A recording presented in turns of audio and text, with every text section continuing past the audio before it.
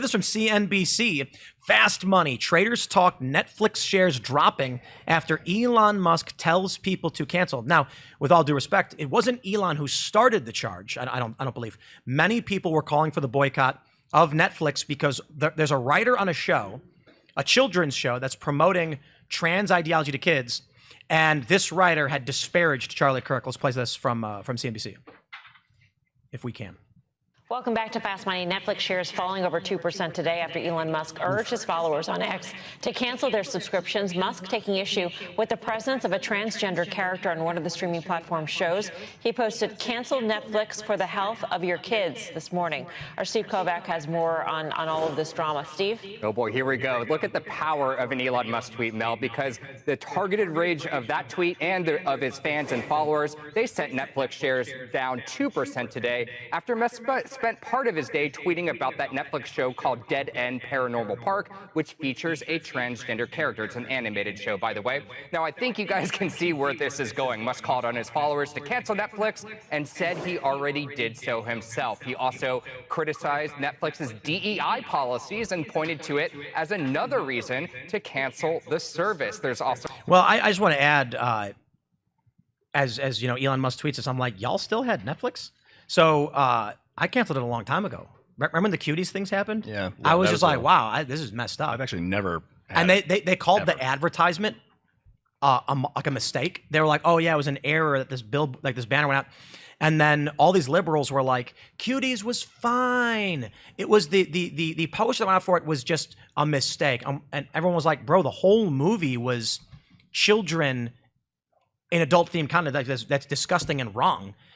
It was very strange that, you know, it's Perplexity AI's Comet browser. This is really interesting. Check this out. Let me ask you guys something.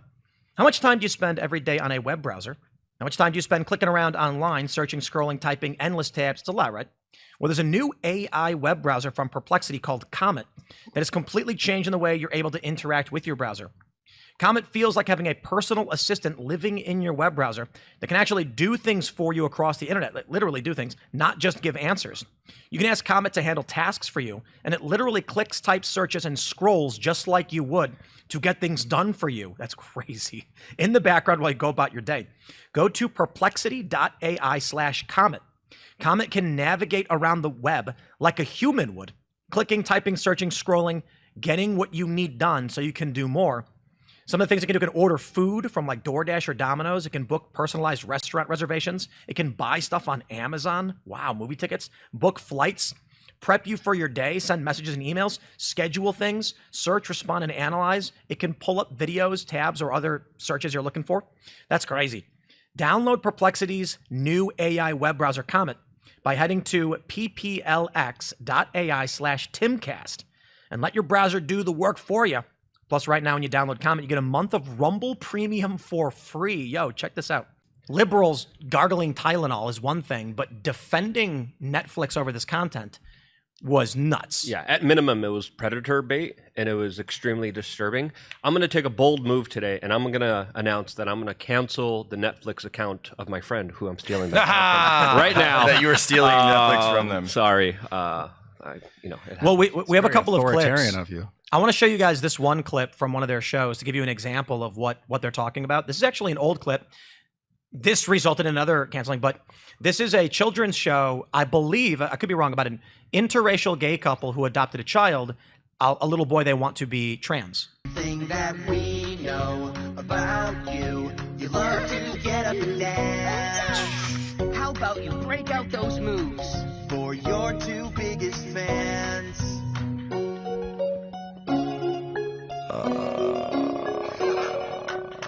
If you're not sure what to choose, think about all the things you like to do. Just be you.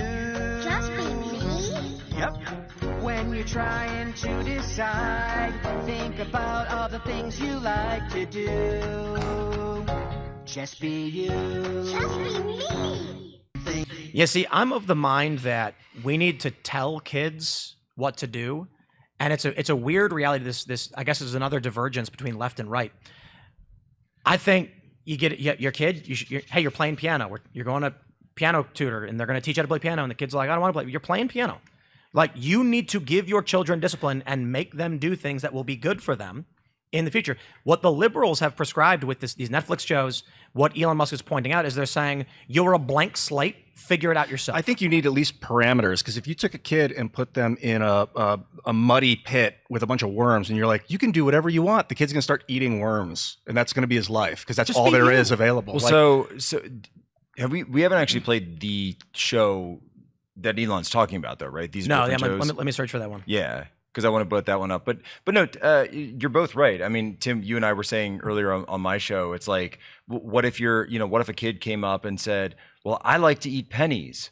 And I really want to eat pennies, which, by the way, kids will absolutely eat just anything that you leave out. And Play-Doh. Tim, Anything you eat Tim. out. By the way, you are getting to that point. You're not there yet. Oh, no, we're there. Are you there? Oh, you're there. Yeah, you are 'cause there. The it happens. The pacifier that we have has one of those clips, so it Yeah. doesn't fall on the ground. Uh-huh. And she flipped it around and started putting the clip in Yep. and Okay, so you can see what's coming. You can learn so Yeah. much from things by chewing on them. Which, Bro. by the way, so you can tell by the way the age of someone's kids if they have in their house by like, so when your kids are little, then like all the stuff goes on the counters, but then eventually as they get bigger, then stuff has to go into the cabinets, and then eventually you just have to stick stuff on your ceiling because when they're teenagers, because they can't reach it otherwise. No, what was the name of that show? They mentioned Dead. it. Oh, here it is. Here's the clip. Let's play the clip.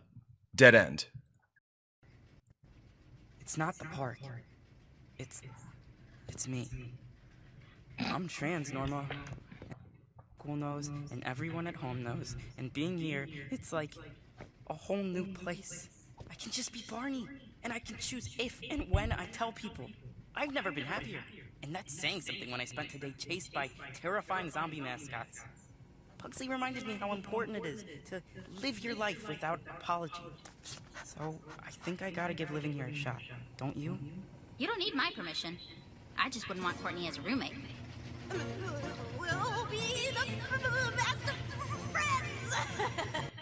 So here's the part. this show and the other show. This one's targeting kids 7+. The other show is targeting like 4 or 5-year-olds. What? There's another show that's going viral for Netflix about dinosaurs, and there's like a teenage lesbian romance in it abruptly and for no reason. What's creepy about this is that parents think they're turning on. That one is associated with an extremely famous franchise. Was it Jurassic Park. Well, so here's what happens. Parents go on Netflix and they see a show and it's like, for your kids, dinosaurs. And they go, hey, dinosaurs. Jurassic Park. And then basically, Like, of course. you know what they're doing? This is like a Family Guy joke where it's literally a Family Guy joke where Lois buys some like therapy video for Peter. And she's like, we're going to teach you how to be a better husband. Is your wife gone? Okay, let's do this. And starts pulling her clothes off. This is what they're doing to kids. They're saying, let's learn about dinosaurs. Are your parents gone? Okay, let's show the lesbian sex scene. And it's like the parents leave their kids watching this and not realizing what Netflix is injecting into this. And watching this made me think back about how susceptible I was as a kid. I mean, you remember being like 5 or 6. You know what I mean? You have what your parents teach you, but then you go to school, some kid says something, the cool kid, and then you like adopt that ideology because he's the cool or she's the cool kid. So yeah, I mean, I think this is this actually has a real life impact on children. And you're like in your house, so there's that level of comfort where you're just writing all the data. 100%. I want to pull up because I believe there's another piece of this, and I want to get the actual quotes because the creator of this show, in addition to this, also had been, and I can see people talking about Hamish it. I can't Steele, find I it. believe, Hamish was the- Steele was celebrating the death of Charlie Kirk on his Blue Sky account, and saying, I want to get the actual, I don't know if we can say all of it, but something along the lines of like he was a Nazi and he did that's it, you have it there, and it's disgusting and it's sick, and you look at these horrible people, these absolute scum, and the things that they'll say after a man is brutally murdered. And so they'll turn around and they'll say, oh, we need to be loving. And you listen to the words, the phraseology of the character in his show, the trans character. We have to be loving. We have to be accepting. We have to be caring. And it's like, even what about Charlie Kirk? He called Charlie Kirk a random Nazi. And not just that, but why are they so vile? I mean, like, we understand the... But you know what I mean? The dichotomy of, we need to be loving, you need to be accepting. Except about those random Nazis like Charlie Kirk. But that's what I'm saying. Why would you even care? These people just go online and they just rage. They're just angry all the time, screaming at the top of their lungs, and it's like, bro, chill. And this guy, by all extents, I mean, he's got a show on Netflix. He's obviously quite successful to be able to do that. You know, it doesn't look like a particularly interesting show. The writing is pretty awful. The animation looked really cheesy. I mean, Netflix sucks. Like, right. So but you'd think though that if he's this full of rage and full of nihilism and full of resentment, that, you know, at least by being successful enough to have a show on Netflix, you'd perhaps think that the world has turned out for you. No, I understand what's going on, but I'm saying that a normal person would respond like, "Wow, I've got a show on Netflix. That's awesome. This is so cool. Let's try and sell the show to everyone. Let's talk about let's talk about how great the show is, and I want everyone to watch it." And he's in the Hollywood bubble where everyone there thinks alike. And he knows he's not going to face any repercussions for it. 100%. I don't think they think anything. now. I think they think, I'll just say what everyone else says. It's very much like putting the blank black profile picture up when George Floyd died. They don't know what's going on. Someone just told them to do it, so they did. And and they've got someone in their ear. Right. They've got someone in their ear who's like, "Oh, this is a good thing. This is a good move. You should do this." Yeah, people need to understand Netflix is far more of a nefarious organization than a lot of people believe. It was co-founded by the 100%. great nephew of Edward Bernays and Sigmund Freud. Really? Yes.